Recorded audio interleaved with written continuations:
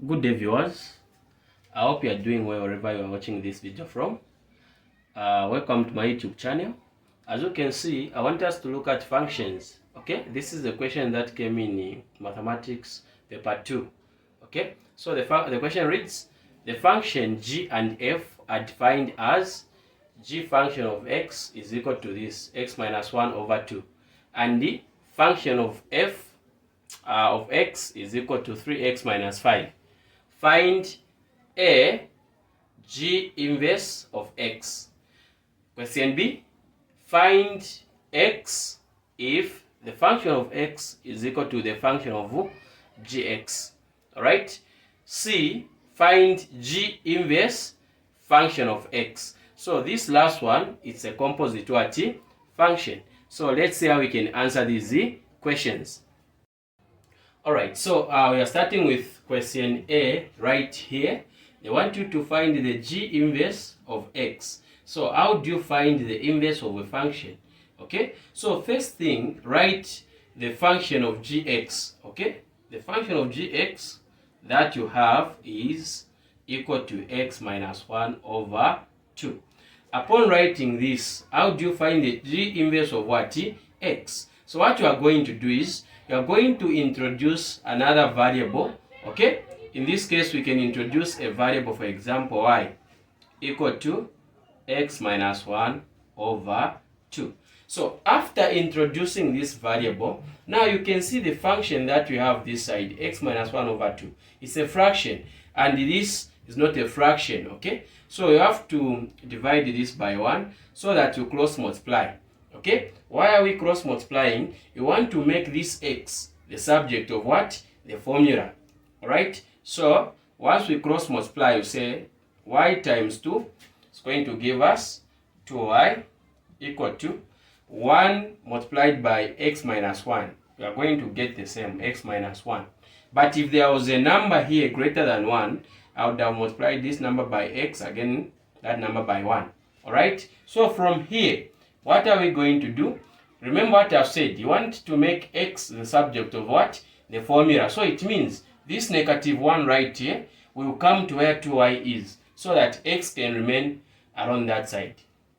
So I'm going to have 2y. This is a negative 1. When it comes this side, it's going to be a positive 1. Okay? Of which are going to remain with what? X. So what are you supposed to do there? On the final answer, you say, therefore, okay, you say g inverse of x is equal to, so right here where there is y, you are going to write what? X, because we are finding the g inverse of x. So this one is going to be written as 2x plus 1. So this is the answer for question A. So I hope you have gotten what I have explained there. We are going to move on to question B. Alright, so we've come now to question B. Find x, okay, find the value of x if the function of fx is equal to the function of gx. Okay, find the value of x. So here you have been given the function of fx. Okay, in other words, they are saying the function of x is equal to the function of gx. Okay, so what you are going to do is, you are just going to take the function of this x. Okay, the function of this fx is this, which is 3x minus 6. Alright, so here the function of fx is this one that we are being given right here, which is 3x minus 5. So here where you have the function of fx, you replace with that one, 3x minus 5 is equal to, what is the function of gx? The function of gx you are also being given in the question, which is this one right here, which is function of gx is equal to x minus 1 over 2. So you write it this side, x minus 1 over 2, right there. So what are you going to do now? Look at the function that you have. On the left hand side you have 3x minus 5. On the right hand side you have a fraction, which is a function here, x minus 1 over 2. So even this side, make it as a fraction by dividing by 1. Then you do what? You cross multiply. So here 2 is going to be multiplied with 3x minus 5. So it's going to be 2, open bracket, 3x minus 5, close bracket, equal to 1 is going to be multiplied with this x minus 1. So you write x minus 1 because it's not going to make any changes. You are just going to have the same function here, x minus 1. Okay? So from here, we have to expand. How do you expand? This 2 which is outside the brackets, it has to multiply all the terms inside the brackets. So you say 2 times 3x is going to be 6x minus 2 times 5, you get a 10, equal to x minus 1. Alright, so from this stage, what are you going to do? Remember, you want to find the value of x. So you have to group the like terms together, or you collect the like terms together. In this case, 6x and x, they are like terms. The negative 10 and 1 are also like terms because they don't have variables. They don't have a letter. So here we are going to say 6x, this positive x will come this side. It's going to be a negative what? X. It's going to be a negative x equal to, here you have remained with a negative 1. Then this negative 10 will go where negative 1 is, and it's going to be a positive what? 10. So what we have just done is we have collected the like terms. So positive x, it has come this side, see, negative x, then negative 10, it has gone this side, it is a positive what? 10. Remember, this is paper 1, so there's no need for you to start using the calculator to multiply anything right here. So 6x minus x, we are going to have a 5x equal to negative 1 plus 10. Negative 1 plus what? 10. We are going to get a 9. Remember, want to find the value of x. So on the left hand side, you should only remain with what? X. How are we going to do that? We divide by the coefficient of x, which is a 5. So over 5, even to the right hand side, you divide by 5. So this 5 and this 5 will cancel. And lastly, we can see that x has remained alone, x equal to. So here, you have 9 over 5. Okay? So this one, it's already simplified. You can write 9 over 5. Or, since it's an improper fraction, you can leave it as a mixed what? Fraction, where you say 5 into 9 is 1 as the whole number. Remainder 4 over 5. So this was the value of what? X. Alright, so we are now going to proceed to our last question, okay, which is question C.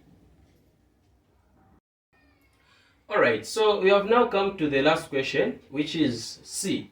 The question is, find G inverse function of x. Find G inverse function of what?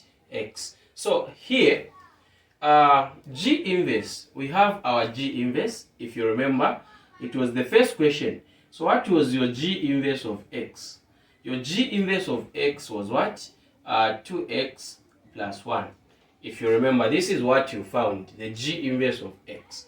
Okay? Then what is the function f of x? The function of f of x is this one right here, which is a 3x minus 5. So, remember what I said? This is a composite function. So, how do you answer a composite function? So, if you have a composite function like this function of f is going to go on the function of what? G. It's going to compose the function of what? G. What does it mean? The G inverse you have is this one right here. Not so. It's this one right here. So we're going to say, therefore, G inverse function of x is equal to. So you are going to write the function of G inverse, okay, which is this one right here, which is 2x plus 1. Now, on this function of G inverse, we are going to replace where there is x with the function of what? F. Okay, I'll repeat. Here, this function of fx is going to go where you have the function of what? G inverse. So, what are we going to do? We will say 2, what is the function of fx? It's this one right here, 3x minus 5. So, it's going to replace x right here. on the function of G inverse. So you say open bracket 3x minus 5, you close, plus, remember it's not yet complete, so when you replace here on x, you put them in brackets, plus 1. Okay, so suppose there was another term here which is containing what? X. I would have again replaced with the function of f. Now in this case we just have a 1 there. So from here we are going to expand, where we say 2 times 3x is going to give us 6x, minus 2 times 5 is going to give us what? A 10. Okay, we are done expanding this, plus a 1 there. So you can see that this negative 10 and the positive 1 are like terms. So simplify them. You are going to say 6x negative 10 plus 1. Okay, it's going to give you a negative what? 9 there. So this is the answer. This is the function of G inverse function of x. This is our answer. So I do hope that you have gotten what I've explained here on this composite what? Function. Also take note that if you are given like you have f then g function of x, they ask you to find something like this. Simply means that this function of g is going to go, or is going to replace, okay, on the function of what? F, where we have x. That is the interpretation here. So make sure that you know how to apply this interpretation that I've explained right here. Then you are not going to have any problems when it comes to what? To functions. So thank you so much for having time to view this content. Make sure you hit the subscription button. If you have any comments, you are free to leave those comments in the comment section. Okay? Thank you so much.